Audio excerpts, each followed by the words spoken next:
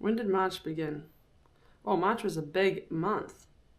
Whoa, dude. Kia ora. This is going to be a very higgledy-piggledy March recap because I had these goals of doing like a recap of each month, and now it's already April. I'm in Iceland and I'm looking the tannest I've been this whole European time in Iceland, which is just feels hilarious. Going through my photos, I want to do like a top 5 for March, and I'll just put in some cool photos and videos from the experience. But starting with, we were still in Sweden at the beginning of March, which feels like a lifetime ago. So I did a cool series on like the Finland, Sweden, Norway adventure, which you can check out if that interests you on my channel. I got back from Norway on the 5th of March. Then there was just some classic Dutch time. Just been enjoying Amsterdam because slowly, very slowly but surely, spring is upon us, and it really is a place that cannot be beat. I had a stint working in a cafe and it was honestly so delicious. I'm not going to name names, but those who know, it was delicious. Coffee was great. I'm just not built for that lifestyle, and I'll leave that, I'll just park that right there. So for a week or so in March, I was working, but I'm going to leave that. Okay. Of the 5 biggest things that happened in March, excluding the Norway beginning, I ended up rowing for a German 8. So there is an event called Head of the Heineken, or Head of the Heineken. Heineken, like the beer brand, which has a brewery in Amsterdam. Basically, there's this one weekend, it's really cool, it's rowing, where they have 4 distances. The first is 2,500 meter. A regular rowing race is 2,000 meter, so it's 2,500. You stay on the water and you do a 250 meter sprint. Hectic. And then the next day you do a 5,000 meter, and then you do a 750, and there's a gap between those. But basically my friend Louisa hits me up on like a Wednesday, says, Grace, what are you doing this weekend? And she's the kind of friend that when she says, what are you doing? You say, that really depends on what's going to happen and what you're about to say.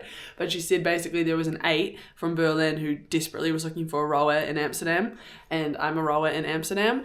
And I thought, when else can I row on the Amstel River, which is where all my mates row. It's beautiful. So I spent the weekend inside 5 seat of the 8. They were absolutely awesome. It was hectic. They were speaking German, as I said, speak German, and rowing's pretty repetitive no matter which language you're in, but it was absolutely hilarious. I took my equipment in the boat, which I would never do normally, but I mean, what a time. So it was absolute madness up at the start. Also, this was a German boat and majority of the officials were speaking Dutch, again, as they should. But there was just an added layer of chaos. Unfortunately, Femke was sick, so she didn't race, but Tanisha was racing for Skoll, and they did awesome, and we got some photos together. So, okay. Thank you. Today, I'm going to go... How do you say assimilate? Is assimilate? I'm going to go row with the Germans. Ja, wir sind der Neuköllner Ruderclub aus Berlin.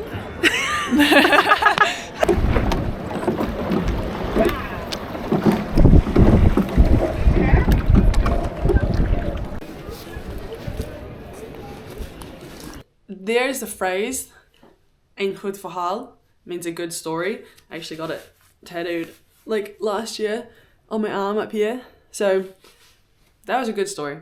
There was St. Patrick's Day, so Isaac, Femke and I went and explored. We didn't drink Guinness because honestly, sorry for the haters, I despise drinking Guinness. I love the history about it, whatever, but it's not for me. So I think I had some random Dutch beer and we played games. I went to London, so many of my mates live in London, and here's a little highlight reel of it. I was being very present, so I didn't end up doing like a vlog on the London experience, but Taylor took the day off, which was super nice. On the Friday, so we hit borough markets, we did the classics, like you could go every weekend and try something new, it'd be delicious. I also went to a show with my mates, like a theatre show. We went to the theatre, and the chairs were very uncomfortable, but the company and the performance was fantastic. As is with every adventure, it begins with locking up my bike. I'm off to London and I'm soft speaking because it's 4 a.m. and I don't want to wake anyone up, but going to get the Eurostar at like 6 a.m, leaving Amsterdam Central, so I'm getting a bus there. But bike is locked, bags are secured, we are on. Merve was there. Merve's who I've just been in Iceland with now, and so we went and checked out her spot. We went for a beautiful, instead of taking like the underground, we needed to go to Putney to meet Ella for some more shenanigans, fun rowing celebrations. And instead of taking the underground, we actually took the Uber boat, and it was so gorgeous. It was a beautiful day. What a way to see it. So also in London, main request with my mates was to go get a Sunday roast, and we went like a little bit bougie, like not like you can get I think 12 or 13 pound ones, but I think we went like 16, 17, 18, and it was so good. It was actually Jess's first roast since being in London, so that felt important. There's some characters you've met before that are in London, phenomenal. Then actually went and did some business meetings, because I do that sometimes, which was really cool. And then I headed back to Amsterdam. There was some tougher stuff going on back home, so I was definitely getting homesick this month.